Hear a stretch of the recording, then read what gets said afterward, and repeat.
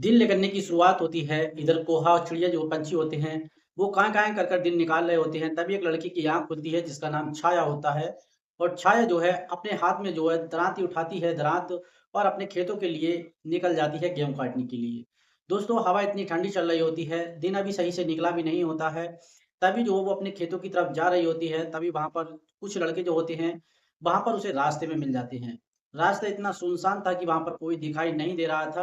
अब रास्ते में जो 2 लड़के होते हैं उसी गाँव के राजू और शिवम, उस लड़की को वहाँ पर रोक लेते हैं और रोकने के बाद दोस्तों उस लड़की के साथ कुछ ऐसा होता है, जिसकी कोई कल्पना भी नहीं कर सकता। जो लड़की आज इतने आत्मविश्वास से जाया करती थी अपने खेतों पर काम करने के लिए, उसके साथ इतना बड़ा हादसा हो जाता है कि वो लड़की अब दोस्तों पूरी तरीके से बिखर जाती है।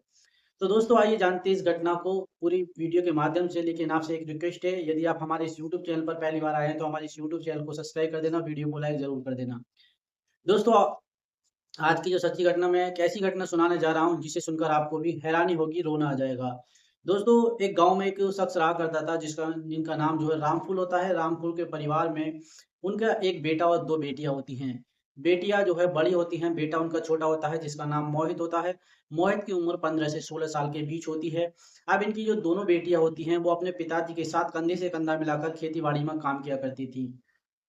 अब इनके जो पिता हैं, वो अपनी बेटियों पर गर्व किया करते थे कि मेरे पास मेरे 3 बेटे हैं, मतलब बेटियाँ नहीं समझा करते थे, वो अपने बच्चों को हमेशा जो है बेटे की तरह प्यार-दुलार किया करते थे। उनके पास अच्छी-खासी खेती-बाड़ी होती है और उनकी जो बेटियाँ होती हैं, कंधे से कंधा मिलाकर काम करती हैं। अब जो छाया नाम की बेटी होती है, वो छाया जो है अपने खेतों में ट्रैक्टर वगैरह भी चला लिया कर लेती थी, जुताई भी कर लिया कर लेती थी। अब दोस्तों पूरे गाँव में ये मिसाइल होती है कि बेटी हो तो रामफूल जैसी हो, यानी अपने पिताजी के साथ जो है कंधे से कंधा मिलाकर काम करवाती है और किस तरीके से अपने बाप की जो बहादुर बिटिया है, सब दोस्तों उसकी दाग देते थे। अब छाया देखने में भी काफ़ी ज़्यादा खूबसूरत थी। अब जो छाया की बहन होती है जिसका नाम रश्मि होता है, वो भी देखने वाले की खूबसूरत थी। लेकिन जितनी दिलचस्पी जो है छाया अपनी खेती में अपने पिता के साथ काम करने में रहती थी, उतनी जो है उसकी छोटी बहन को इंटरेस्टिंग नहीं होता है। धीरे-धीरे करके वक़्त गुज़रता चला जाता है। अब दोस्तों जैसे ही आपने देखा होगा कि अप्रैल का महीना चल रहा है, सबके खेतों में गेहूँ पक रहे हैं। अब दोस्तों वो तारीख होती है 18 अप्रैल का जो दिन था वो होता है और जो लड़की होती है वो अपने पिता से बात कर रही होती है, बोले पिताजी हमारी खेती जो है तैयार हो चुकी है और जैसे मौसम भी बहुत गड़बड़ा है उससे पहले ही हम अपनी फसल को क्यों ना उसे काट लें। उसके पिता कहते हैं ठीक है बेटा, कल से हम सुबह जो है 19 तारीख से हम जो अपने खेतों में काटने के लिए जाया करेंगे और अपनी फसल को जो है इस तरीके से अपने घर पर लेकर आएँगे। दोनों बाप और बेटी की जो है प्लानिंग बन जाती है। इधर इनका जो बेटा होता है जिसका नाम मोहित होता है और इनके जो पिता होते हैं रामफूल, वो सुबह जो है अपने फसल पर काटने के लिए चले जाते हैं। लेकिन दोस्तों जो छाया नाम की जो इनकी लड़की होती है वो आज इसे नींद ज़्यादा आ जाती है और वो लेट उठ पाती है, यानी दिन भी सही से निकल नहीं पाता है। तभी इसकी आँख खुलती है तो देखती है पिता और भाई और माँ जो है सब खेतों पर जा चुके हैं। अब वो अपनी बहन को जगाती है और वो कहती है घर का ध्यान रखना, मैं भी मम्मी और पापा भाई के पास जा रही हूँ खेतों पर। तभी दोस्तों छाया नाम की लड़की जो होती है वो अपने हाथ में एक दरात उठाती है और दिल में आत्मविश्वास होता है, दृढ़ता होती है और अपने पिताजी के लिए खेत पर जाने के लिए तैयार होती है। अब घर से निकलती है और घर का जो दरवाज़ा होता है वो फेर देती है। अब धीरे-धीरे करके दोस्तों वो रास्ते की डगर पर चल रही होती है। सुबह का दिन होता है, पंछियों की जो चहलहाट होती है उस गाँव में। दिन इस तरह निकल रहा होता है जैसे कि फोर्थ भई हमारा दिन आया। इस तरीके से दिन की शुरुआत हो रही होती है। अब वो लड़की जो है सीधे कदम जो होते हैं उसके खेतों पर जाने के लिए तैयार होती है और वो चली जा रही होती है। तभी दोस्तों एक जगह ऐसी पहुँच जाती है जहाँ पर सुनसान जो कच्ची रास्ता बोल सकते हैं, कच्ची पगडंडी, वहाँ से वो पैदल निकल रही होती है। तभी उधर से 2 लड़के आ रहे होते हैं जिसका नाम राजू होता है और एक का नाम शिवम होता है। ये दोनों लड़के पड़ोस गाँव के होते हैं और जैसे ही देखते हैं इनकी नज़र जो है वो छाया पर पड़ती है। तो दोस्तों ये छाया के पास आ जाते हैं। जब ये दोनों लड़के छाया के पास आते हैं, तो पहले तो कुछ तरह-तरह की बातें बोलते हैं, उसके बाद छाया जो है कोई जवाब नहीं देती है, उसके बाद वो लड़के उसके काफ़ी नज़दीक आ जाते हैं। जब नज़दीक आते हैं, तो ये लड़के एक-दूसरे को सलाह-मशवरा करते हैं और उससे जो है भद्र भाषा में जो है यूज़ करने लगते हैं, लेकिन लड़की फिर भी इनका कोई जवाब नहीं देती है और सीधी अपनी चली जा रही होती है। लेकिन दोस्तों हद तो जब हो जाती है जब ये लड़के तरह-तरह की बात उससे कहने लगते हैं, तभी उस लड़की से कहने लगते हैं कि तुम्हारा रेट क्या है? तुम रेट बताओ, हम तुम्हें पैसे देने के लिए तैयार हैं। अब दोस्तों ये लड़की जो है काफ़ी डर जाती है, सहम जाती है क्योंकि इधर अभी दिन अच्छी तरीके से नहीं निकला हुआ था और इसकी मदद के लिए कोई वहाँ पर यात्री नहीं दिखाई दे रहा होता था, जिस तरीके से कोई राहगीर जा रहा होता है। अब दोस्तों ये दोनों जो लड़के होते हैं मौका देखकर जो है इस लड़की को जो है छेड़छाड़ना शुरू कर देते हैं और अपने मंसूलों में कामयाब हो जाते हैं। यानी उस लड़की को जो है एक ईख का जो खेत होता है उसमें खींच कर ले जाते हैं और उसके साथ दोस्तों ये कुछ ऐसी घटना को घट देते हैं कि ये लड़की जो है अब समाज में मुँह दिखाने लायक नहीं रहती है। उसी दौरान जो लड़के होते हैं, एक लड़का जो होता है उसका जो वीडियो है वो अपने फ़ोन में रिकॉर्ड कर लेता है और उस लड़की को ये कहकर छोड़ता है कि अगर तुमने अपने पिता या अपने भाई या किसी से गाँव के लोगों से बताने की कोशिश की तो ये समझ लेना हम इस वीडियो को वायरल कर देंगे और तुम जो है पूरी तरीके से बर्बाद हो जाओगी, तुम कहीं की नहीं रहोगी। दोस्तों अब जो लड़की होती है वो वहाँ से जो चली जाती है, अब अपने खेत पर पहुँचती है, लेकिन आज उसका जो बिहेवियर होता है कुछ अजीब होता है। जब भी उसका भाई जो है उसके पास आता है, बोले छाया क्या हुआ? तुम्हारी तबीयत खराब है क्या? तुम आज फसल क्यों नहीं काट रही लेकिन तुम्हारा चेहरा उतरा हुआ क्यों है? दोस्तों उसके पिता भी पूछते हैं, लेकिन जो छाया होती है उसके अंदर डर होता है क्योंकि उन्होंने पहले ही धमकी दी थी कि ये वीडियो हम वायरल कर देंगे। दोस्तों उसी के दिमाग में ये ख़्याल आ रहा होता है, लेकिन अपने पिता और अपने भाई को वो झूठ-झूठ बोल देती है, सहारा ले लेती है कि कोई बात नहीं है, ऐसी कोई दिक्कत परेशानी वाली बात नहीं है और वो फसल को काटना शुरू कर देती है। फसल तो काट रही होती है लेकिन उसके अंदर बहुत ही बड़ा डर होता है। धीरे-धीरे करके ऐसे ही वक़्त गुज़रता चला जाता है।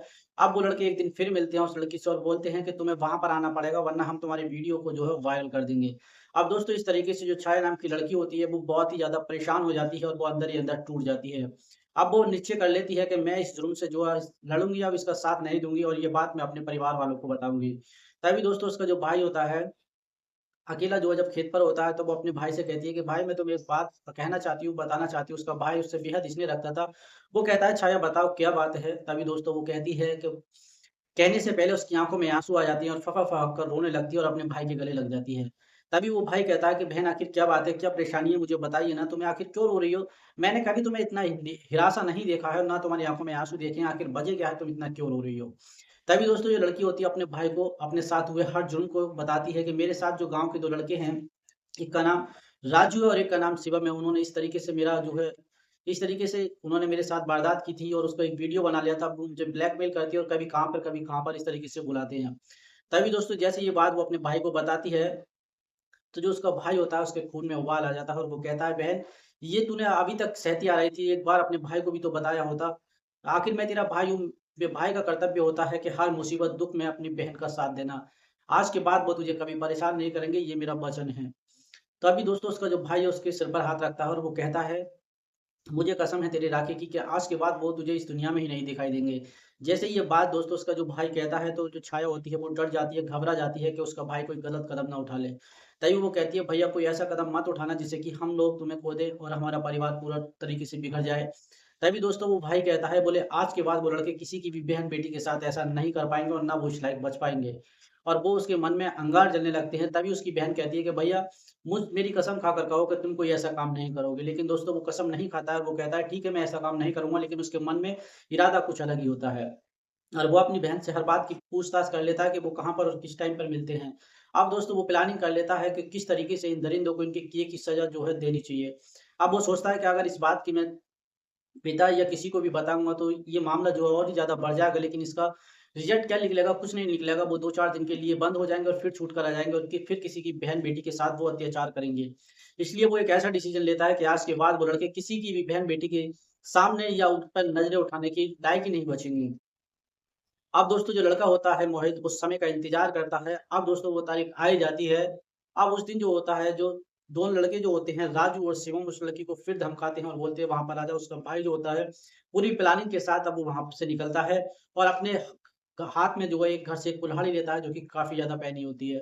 अब दोस्तों जैसे ही वो रोज़ उस लड़की को वहाँ पर मिला करते हैं, वहाँ पर छिप कर बैठ जाता है। अब जब वो लड़के वहाँ पर आते हैं तभी दोस्तों वो वहाँ पर जो है निकल कर आता है और जब जैसे ही निकल कर आता है, तो वो कुल्हाड़ी जो होती है अपने पीछे छिपा लेता है और वो लड़के जो है वहाँ पर जैसे ही आते हैं, तो उन दोनों को धर दबोच लेता है। दोस्तों मोहित जो लड़का होता है देखने में कम 7 फीट का हट्टा-कट्टा नौजवान होता है और उन दोनों लड़कों को जब पकड़ लेता है, अब उसके गुस्से की जो आग है वो भड़क जाती है।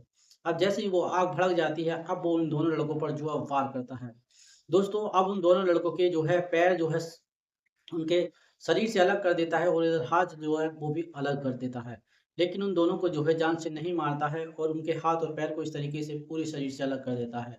उसके बाद दोस्तों जब एक शख्स उधर से जंगल के लिए जा रहा होता है तभी देखता है कि ये तो जो है रामकुल का लड़का है और ये लड़के जो है पड़ोस गाँव के हैं और इनके साथ ये हादसा कैसे हो गया? क्या मामला है आपको? क्या मामला नहीं है? उसकी आवाज़ नहीं निकलती है, उसका दिल काँप जाता है और वो गाँव की तरफ चिल्लाते हुए पहुँचता है।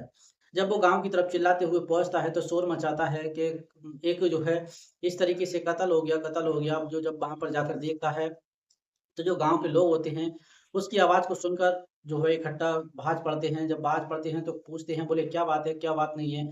तो वो बताता है, उसके मुँह से आवाज़ नहीं निकल रही होती है क्योंकि मंजर ही कुछ और होता है। तो वो कहता है रामपुर लड़का इतना कुछ कहता है। तो जो भीड़ होती है वो समझ जाती है कि ये कुछ कहना चाहते हैं। आखिर चलते हैं क्या मामला है, क्या बात नहीं है। दोस्तों जैसे ही जो गाँव की जो भीड़ होती है जब वहाँ पर पहुँचती है तो वहाँ का मंज़र देखकर उनके पैरों के तले ज़मीन खिसक जाती है। वहाँ पर रामपुर का लड़का मोहित खड़ा हुआ होता है और उसके हाथ में एक कुल्हाड़ी होती है प्यारी सी और वो दोनों लड़के जो है ज़मीन पर पड़े हुए होते हैं। उनके पैर और हाथ उनके शरीर से जो है कटे हुए होते हैं। अब दोस्तों तभी उनमें के एक शख्स होता है, वो पुलिस डिपार्टमेंट को फ़ोन करता है। आधे घंटे के बाद मौके पर तुरंत वहाँ पर जो है पुलिस पहुँच जाती है। पुलिस उस दोनों लड़कों को भी हिरासत में लेती है और फिर उस लड़के मोहित को भी हिरासत में लेती है। अब दोस्तों जो मोहित से जो पुलिस पूछताछ करना शुरू कर देती है कि बताइए तुमने इन दोनों लड़कों के साथ ऐसा क्या किया? तभी वो अपनी जो उसकी जो बहन के साथ हुआ था वो सारी कहानी जब सुनाने लगता है, तो उनके भी पैरों तले ज़मीन खिसक जाती है, वो भी सोचने पर मजबूर हो जाते हैं। तो वो कहते हैं बोले इसके लिए कानून सज़ा देता, आखिर तुमने बहुत ही गलत किया था, तुम्हें इस तरीके से नहीं करना चाहिए था। अब जो लड़का होता है वो कहता है अब जो मैंने किया था, जो करना था वो मैंने कर दिया एक भाई के नाते जो मैंने करना था वो मैंने मन में था वो मैंने कर लिया, लेकिन कानून मुझे क्या सज़ा देगा, जो भी सज़ा देगा वो मैं जो है सहने के लिए तैयार हूँ। अब दोस्तों जब ये बात तो गाँव में पूरी तरीके से फैल जाती है, तो गाँव वाले लोग भी यही बात कहते हैं कि भाई हो तो वाक़ई में ही ऐसा हो। अब दोनों जो लड़के होते हैं उनका ट्रीटमेंट चल रहा होता है, हालाँकि उनके दोनों हाथ नहीं होते हैं और उनके पैर भी वो उनके शरीर से अलग कर देता है। अब वो कहता है बोले कभी भी अगर ये किसी की भी बहन-बेटी की तरफ इस तरीके से आँख उठाकर देखेंगे तो हमेशा इन्हें एक बार याद अपने शरीर को देखकर ये याद करेंगे कि ऐसा किसी की बहन-बेटी के साथ नहीं करना चाहिए। तभी दोस्तों जो पुलिस होती है, पुलिस डिपार्टमेंट होते हैं, उस लड़के के खिलाफ जो है चार्जशीट तैयार करते हैं और ये बात भविष्य के घर में छिपी हुई है कि आखिर लड़की को क्या सज़ा मिलेगी, क्या सज़ा नहीं मिलने वाली है। तो दोस्तों इस प्रकार थी आज की ये कहानी इस पूरी इस घटना स्थल के माध्यम में आपकी क्या राय है? कमेंट बॉक्स में अपनी राय ज़रूर बताना। दोस्तों इस पूरे घटनाक्रम में जो मोहित ने किया था उन दोनों लड़कों के साथ वो सही किया था या गलत किया था? कमेंट बॉक्स में अपनी प्रतिक्रिया ज़रूर दें और मोहित को सज़ा मिलनी चाहिए या ना मिलनी चाहिए, ये भी अपनी प्रतिक्रिया ज़रूर दें। तो दोस्तों मिलते हैं फिर किसी सच्चे घटनाक्रम के साथ, तब तक के लिए जय हिंद, वंदे मातरम।